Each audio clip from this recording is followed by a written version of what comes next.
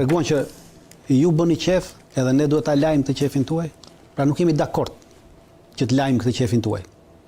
Pra mos pjesëmarrja në zgjedhje. Nuk ka padur mos pjesëmarrje? Ka pasur mos pjesëmarrje në zgjedhje. Pra ka pasur rënje të pjesëmarrjes në zgjedhje. Për çdo herë ka pasur rënje. Edhe këtë radhë kishte rënje pjesëmarrjes në zgjedhje. E qartë. Pikërisht. Pra kjo do thotë që qytetarët janë lodhur nga kjo lojë politike e këtyre grupacione politike, partive politike, të cilat nuk duan të japin zgjidhje ose nuk munden. Pra në Kosovë nuk mungon mundësia për ta zgjidhur çështjen. Mungon dëshira për ta zgjidhur çështjen. Pra kemi mos dëshirë të palëve politike për mos t'i dhënë zgjidhje. Dhe kjo tregon që të gjitha palët politike janë të dhëna vetëm pas pushtetit. Asnjëra nuk është interesuar për ardhmërinë e Kosovës, të shtetit Kosovës. Janë të gjithë të lidhur ngushtësisht me pushtetin dhe po punojnë për pushtetin e tyre. Sepse zgjedhjet erdhën për shkak se palët nuk u morën vesh. Po. Tashmë, me këto zgjedhje që u bën, me këto rezultate, kemi kaluar në rezultatet e vjetshme e zgjedhjeve që u bën vjet. Pothuajse në të njëjtin rezultat. Me përqindje të vogla, me 1-2% diferenca. Jemi rikthyer sërish në atë. Pra, tashmë palët ose duhet të ulen të merren vesh me njëra tjetrën, gjë që mund ta bëjnë kollaj, ose do të çojnë sërish qytetarët në zgjedhje. Dhe kjo sërish qytetarët do ta ulin pjesëmarrjen në zgjedhje. Pra, politika në Kosovë e ka marrë peng Kosovën dhe popullin në Kosovë për interesin e vet politik, ngushtësisht vetëm të vetin, jo për interes Kosovës. Pavarësisht se flasin për interes Kosovës, nuk po veprojnë në interes Kosovës.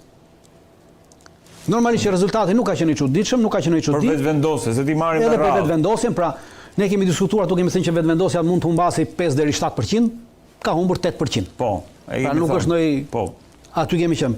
Dhe ky 5 deri 7% aq ishte kapaciteti i Vjosa Osmanit. Dhe ky 5% ka vajtur te LDK-ja. Pra LDK-ja ka pasur rritje 5%. Pra kaq ka pasur kapacitet Vjosa Osmanit si dhe lindje te LDK-ja, 5%. Sepse mund të sillte rritje më shumë te LDK-ja, por nuk solli për arsye se Vjosa Osmani te LDK-ja erdhi me një listë të vetën. Dhe lista nuk ishte vlerë e shtuar për LDK-n, po ishte barr e votuesit për LDK-n. Për këtë arsye, Vjosa solli arriti të binte vetëm votat e veta, dhe jo edhe të tjerëve që solli të tjerët nuk kishin asnjë vot.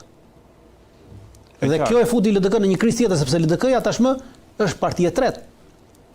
PDK-ja kishte një rritje të vogël, po edhe ajo jo në një rritje të madhe. Pra kaloi në të njëjtat nivele që ishte rritje ka patur vetëm LDK-ja, dritan? Edhe LDK-ja edhe PDK-ja kishin rritje të vogla. Vetvendosja ka mbetur te mund të quhet rënje të vetvendosjes, por realisht është që ky 5%, 7% që humbi vetvendosja ishte i Vjosa Osmanit, pra nuk ka qenë i vetvendosjes. Vetvendosja ka mbetur te votat e veta, pra te përqindja e vet. Te 41, 42%, 43% mori herën e parë, pra në zgjedhjet e vjetshme, 43%. Pra kaq është, në zgjedhjet e vjetshme të shkurtë 43%. Kështu që nuk është se ka mbetur te niveli vet. Nuk ka lëvizje të votave të saj vetvendosja. Votat e saj ka fikse. PDK-ja ka pasur një rritje, edhe LDK-ja për shkak të ardhjes së Vjosa Osmanit, po vetëm për shkak të Vjosës, 5% i Vjosës, asgjë tjetër. Pra, unifikimi që ka bërë Vjosa më të elektorati i LDK-s nuk e ka pritur mirë, sepse ka parë që Vjosa ka ardhur vetëm për interesin e vet dhe nuk ka sjellë ndryshim, për arsye se Vjosa edhe gjatë kohës që ishte në fushat elektorale, përsëriste të njëjtat gjëra që deklaroi ditën kur u shkëput nga Albin Kurti. Pra nuk është se solli të reja. Ajo nuk është se i mungojnë asaj. Pra ajo mund të sillte shumë gabimet e Albin Kurtit në qeverisje, por problemi është që ato gabimet e Albin Kurtit në qeverisje janë bërë me lejen e Vjosa Osmanit, sepse Vjosa Osmani ka mundur sa kohë ka qenë president të ndërhynte në këto. Absolutisht. Pra kjo ka kosto qeverisje në ato. Dhe në rast se ti do të në rast se kjo do të shpjegonte gabimet e Kurtit të bëra gjatë qeverisjes së tij, që kanë dëmtuar Kosovën, duhet mbante përgjegjësinë edhe kjo. Pra kjo nuk e ndryshoi retorikën, pati vetëm një retorik fikse nga dita e parë deri ditën e fundit, që nuk solli asgjë. Nuk solli asgjë për LDK-n, se Abdigjiku thoshte që jemi ngritur. Abdigjiku nuk arriti ta kalojë 20%, pra LDK-ja nuk e kaloi 20%. Dhe mos kalimi 20%, pra LDK-ja në zgjedhjet e parafundit ra poshtë 20%. Dhe nuk arriti tashmë me këto zgjedhje dhe me Vjosa Osmanin ta kalonte 20%. Që do të thotë, pra që do të thotë që LDK-ja ka psuar humbje, nuk ka psuar asnjë fitim. Pra kjo rritje nuk është rritje. erdhi vetëm për shkak të vjosës, pra është një rritje për shkak të një individi, jo për shkak të një bashkimi mekanik, nuk ka jo për shkak të një projekti, jo për shkak të një sinergjie, jo për shkak të një bashkimi të elektoratit. Që mund sillte shpresë për të Kosovën, mund sillte shpërthej si shpresë. Pra, se mund sillte, duhet kemi gjë pra. Shikoni, Albin Kurti ka marrë 42% votave, okay? PDK-ja ka marrë 21% votave. 17% i ka marrë LDK-ja dhe 7% i ka marrë AAK-ja. Pra AAK-ja lëviz midis 5%, 7% aty, 6%, 7%. Pra këto ka një rritje, po një rritje të madhe, jo një rritje substancionale. Pra në këto ujëra jemi. Dhe tashmë hajtë të bëjmë një mbledhje shumë të thjeshtë. E heqim vetëvendosin që ka 42, gati 43%, 42.9, 43.8 diçka tillë, pra gati 43%. Dhe hajtë të bëjmë të. Pra 21 edhe 17, 38. Okej? Po. Edhe 7 45. Pra 45% merr opozita në rast se LDK-ja do arrinte ta kalonte 20%. Pra do shkonte 23%. Ose 24%. Atëherë së bashku këto të treja do kishin mundësi të krijonin qeveri. Te nuk e kanë mundësinë tani. Se bëjnë dot qeverinë, sepse s'kan, nuk pra edhe në rast se ju jepet për ta bërë qeverinë, këto 45% bëjnë bashkë. Pra këto edhe po t'ju jepet nuk e bëjnë dot nesër. Pra duhet patjetër të bëjnë koalicion ose me palën serbe që ka 6.5%, ose duhet në njëra këto nuk e bëjnë koalicioni. Po nuk e bëjnë dot sepse nuk duhet kapësh 50 plus 1. Pra duhet kapë ky 50%. 50 plus 1. 50 plus 1 nuk e kanë, të treja këto bashkë nuk e kanë. Po. Pra 45% ka PDK, LDK, AK, 43% ka vetëvendosja. Vetëvendosja, tash i marrim këta të tre, po të marrin edhe serbët, këta e kalojnë 50%. Kurse vetëvendosja po të marrin serbët nuk e kalon 50%. Problemi është që secila palë tashmë është e serbët. Pra të dyja palët i kanë atemuar serbët. Si njerëz të Beogradit, ata janë njerëz të Beogradit. Për fundja fundit janë banorë të Kosovës dhe ti i ke pranuar në zgjedhje. Ke pjesë me kushtetues, po. Pra tashmë në rast se ti nuk bën një marrëveshje me këta, si do ta bësh? Ose do kemi një ndarje të opozitës. Pra në këtë moment Albin Kurti në rast se do që t'japi zgjidhje, mund t'i propozoj ose PDK-s ose AK-s. Kurse vetëvendosjes LDK-s nuk do t'i bëj asnjë propozim. Pse? Pse nuk do t'i bëj propozim? Sepse në rast se do t'i bëj propozim, atëherë LDK-ja do t'i kërkonte vetëvendosjes, do t'ia pranonte pjesëmarrjen qeverisje me kusht që presidentet bënte Vjosa Osmanin. Po. Por Albin Kurti ka përcaktuar që presidenti nuk e bën Vjosa Osmanin. Si e ka përcaktuar? Sepse nuk e bëri, sepse mund ta bënte edhe radhën e parë. Pra, para zgjedhjeve, Vjosa Osmani nuk u bë presidente për arsye se nuk desh Albin Kurti, jo për arsye se nuk i kishin votat. Dakor, po. Sepse ata u morën vesh me votat. Nëse Vjosa Osmani rezulton një njerëz që ka atë 5%, s'ka problem. Po e ka 5% në partinë e saj. Nuk ka ndonjë vlerë për Albin Kurtin. Pra Albin Kurti, për egon e tij personale, nuk doja propozoj LDK-n. Pra LDK-ja do mbetet jashtë saj. Jo, nuk do t'i bëj asnjë propozim LDK-s për qeverisje. Edhe nëse do i bëj, do i thotë, kjo nuk shkon presidente. Pra do t'i bëj propozim ose PDK-s ose AK-s. Ka shumë mundësi. Edhe AK-s? Po, ose AK-s. T'i bëj Ramushit. Unë mendoj që ka shumë mundësi që vetëvendosja në momentet e fundit, kur të vijë afati i fundit i bërjes qeverisë, pra se ka një afat 45 ditë ashtu për të bërë 60 ditë për të bërë qeverinë, në momentet e fundit do t'i drejtohet PDK-s. PDK-s. Po. Sepse një ditë para zgjedhjeve, Bedri Hamzës, për arsye se një ditë para zgjedhjeve, Bedri Hamza në tubimin për mbyllës tha një shprehje shumë interesante. Tha, neve tha PDK-ja tha i ka hequr vijat e kuqe. Në kuptimin e bashkëpunimit. Po. Pra jemi të hapur për bashkëpunim. Pra jemi të hapur bashkëpunim. Pra deri dje kishim vijat kuqe, vetëvendosje, nuk bashkëpunim me vetëvendosjen. Kjo deklaratë e tij e tha si shprehje në mes të një fjalimi. Po, nuk është pak. Pra kjo tregon që nesër PDK-ja mund të bëj marrëveshje me vetëvendosjen dhe nuk do të ishte keq të bëj, mund të adopsonte opozitën, por ama do t'i jepte një zgjidhje përfundimtare Kosovës, sepse të dyja bashkë mund të zgjedhin edhe presidentin, edhe qeverin, dhe Kosova të mos shkojë më sërish në zgjedhje, sepse nuk e ka luksin që të bëj zgjedhje çdo 6 muaj. Është dëm për qytetarët sepse zgjedhjet çdo 6 muaj. Pikërisht, po nuk ka luksin të bëj edhe zgjedhjet 4 për 3 se s'bën edhe 4. Jo, sepse ti mund të bësh edhe 5. Po nuk ecim me këtë konceptin të bëjmë për arsye sepse do shohësh dëmi që bën.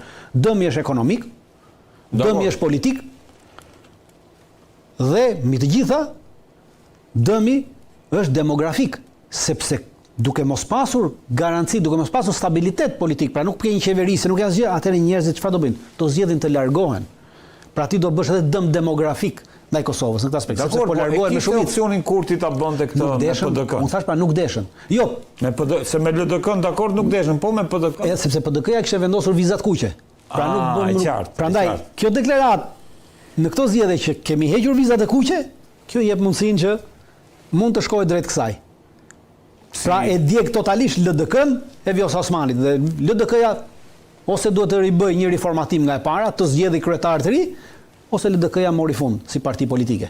Nëse LDK-ja merr fund, Dritan, çfarë ndodh me Vjosa Osmanin? Vjosa Osmani do bëj një parti saj, do marrë një pjesë elektorale të LDK-s dhe do ndahet. Do bëj një parti saj. Absolutisht, se nuk ka ku shkon tjetër.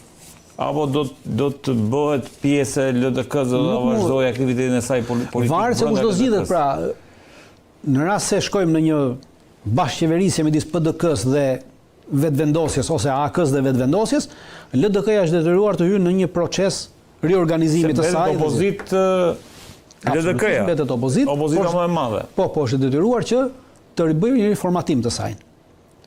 Dhe të zgjedhë Vjosën kryetare. Nuk e di a do të zgjedhë Vjosën apo jo. Fjala vjen po them unë, po normal që edhe Vjosa ka vajtur aty me atë ambicie për të bërë kryetare e LDK-s. Sa shanse ka, sa mundësi ka ta pranoj LDK-ja edhe një herë Vjosa Osmanin dhe do të jetë e vështirë për arsye sepse aktualisht për shkak të këtyre votave që u morën, duke bazuar mbi votat, pra vetëm 5% i dha vetëvendosjes, pra vetëm votat e saj që kishte, 5%. Mendoj që do të jetë e vështirë për Vjosa Osmanin që të bëhet të marrë kryesinë e vetëvendosjes, pra me votim. Ndërkohë, AK-ja Dritan? AK-ja është në nivelin e saj që ka, mund të vazhdoj. Nuk ishte surprizë, se lexova nga disa komentatorë që rezultati për AK-n ishte surprizë. Jo, nuk ishte surprizë rezultati për AK-n. Normalisht nuk ka 1% është rritur, pra nuk është se ka në rritje. Haradinaj, president, fjala vjen në një... Haradinaj për këtë arsye ka dhënë dorëheqje nga kryesia e partisë me idenë që nesër zgjidhet president. Prandaj them që këtu tashmë varet se me këtë do bëj aleancë Albin Kurti. Pra, do të kemi gjë parasysh. Në këtë çështjen e ofrimit të aleancave, pra siç tham, gjithnjë ka të bëjë përqindja. PDK-ja posedon 21% të votave. AK-ja 7% të votave. Pra, në momentin që ti ofron këtyre për të bërë aleancë, ai që ka më shumë ka oreksin më të madh. Po dakor. Ai që ka më pak, sado që ta ketë oreksin, nuk ka fuqi numrash për të marrë më shumë se sa ka fuqinë e numrave. Prandaj, duke njohur Albin Kurtin në këtë moment që edhe ai është interesuar për pushtetin, atëherë i bie më mirë të bëjë aleancë me AK-n në këtë aspekt, të bëjë një aleancë me Ramushin, sepse mund t'i japi më pak se sa do t'i japte nesër PDK-s. Me PDK-n duhet ta ndajë qeverinë gjys për gjys. Kurse me Ramush Haradinaj nuk do ta ndajë qeverinë gjys për gjys. Me Ramush Haradinaj mund ta mbylli me 2 ministra dhe presidentin. Kurse me PDK-n nuk e mbyll dot me 2 ministra dhe presidentin. Pra këtu është çështje, pra është çështje ndarjes tortës. Pra këtu është gjithë problemi i kësaj pune. Po të gjithë torta e kanë. Të gjithë e kanë te torta. Thonë, është natyra njerëzore, nuk i shpëton dot tortës. Dritan, domthonë ti bëre një prognozë asaj që se çfarë mund të ndodhë. Po do të kemi gjë para. Pra, do të kemi atëherë. Të kemi gjë. Asnjëra palë sot nuk ka kapacitetin as të formojë qeverinë, as të zgjedhë presidentin. Pra as vetëvendosja, as opozita. As qeverinë nuk e bën dot, as presidenti nuk e zgjedh, as kryetarin e parlamentit nuk e zgjedhin dot. Prandaj them kemi mbërritur në pikën e parë që ishim në zgjedhjet e para. As kryetarin e parlamentit nuk e zgjedhin dot. As kryetarin e parlamentit, e qartë. Pra edhe kryetari i parlamentit duhet me marrëveshje. Pra jemi sërish në pikën 0. Këto zgjedhje na çuan sërish në pikën 0. Prandaj them se në këto zgjedhje unë mendoj që janë zgjedhjet e fundit që Albin Kurti mund t'i bëjë këto lojra, po edhe opozita, sepse hyn në vjesht të këtij viti hyn në këtë lojë, në këtë ekuacion hyn faktori Hag. Faktori Hag është që do të jepet vendimi i Hagës. Dhe ose do të dalë gjysma prej tyre ose do të dalin të gjithë. sido që të shkoj, edhe gjysma, edhe të gjithë, ata janë faktorë që do të ndikojnë në zgjedhjet e ardhshme, pra se në rast se këta nuk merren vesh, atëherë i bie që në tetor të vitit që shkojmë, të shkojmë në zgjedhje sërish. Dhe në këto zgjedhje, ky individ që del prandej e bashkon në opozitën dhe merr vota dhe PDK-ja nuk merr më 21, por mund të marrë 25-27% dhe pastaj me pjesën tjetër të opozitës arrin ta bëjnë edhe qeverisin e diçka dhe Albin Kurtin ta nxjerrin totalisht jashtë loje. Prandaj Albin Kurti e ka herën e fundit që ose duhet bëj tash marrëveshje ose mund të lozi Bixhoz pastaj, po Bixhozi këtu është 50-50.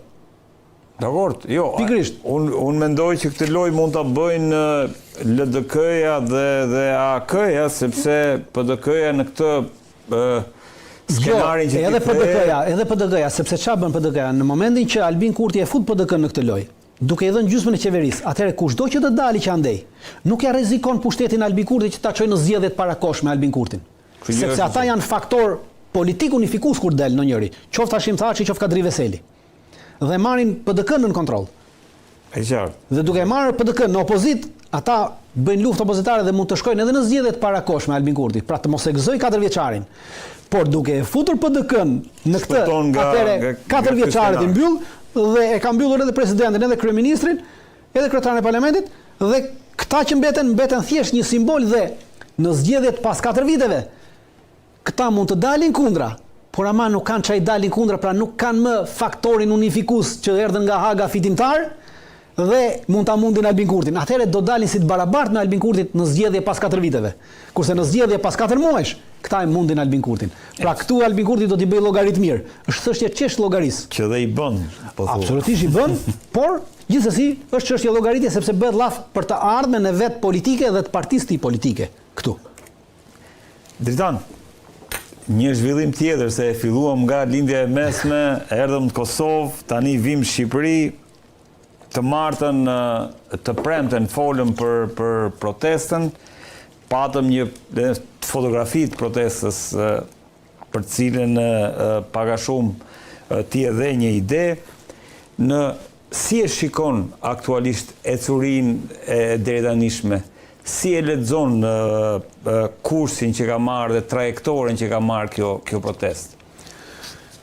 Me gjitha zhvillimet që ka ndodhur sot në botë, pra me ato që folën për Iranin, me ato që folën për Kosovën, na rezulton një gjë, një zhvillim unifikues në gjitha ato që ndodh.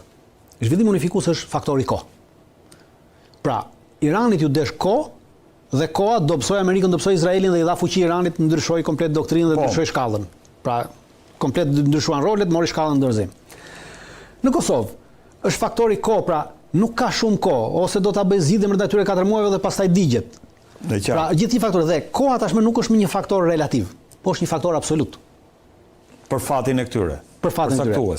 Edhe këtu, në këtë protestë, në këtë Shqipëri, me këtë që ndodh, koha nuk është relative, po është faktor absolut. Pse është faktor absolut? Dhe në moment që bëhet faktor absolut, atëherë bëhet koha është kthyer në një faktor strategjik. Dhe i vetmi faktor strategjik që ka protesta është koha. Në ç'kuptim? Në ç'kuptimin që sa më shumë të zgjas protesta, aq më e fuqishme bëhet strategjia. Dhe më e pathyeshme, sepse pushteti në këtë moment do të llogarisin që pushteti që ka Rama është një pushtet pushtues. Pra është agresor.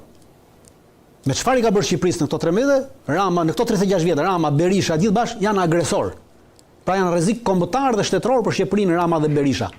Dhe kushdo tjetër që ka qenë Basha, Meta, gjithë ta janë rrezik kombëtar për ekzistencën e kombit dhe të shtetit shqiptar. Dhe e vetmja mënyrë që ti ta mundësh një individ ka vetëm 2 mënyra. Pra 2 janë mënyrat që ti e mund dikë, ose e vret me plumb, ose e vret me mirësi. E qartë. Po, për plumbin faktori kohë nuk është absolut, është relevant. Se mund ta bësh sot, nesër, pas nesër kur duash. E mbyll.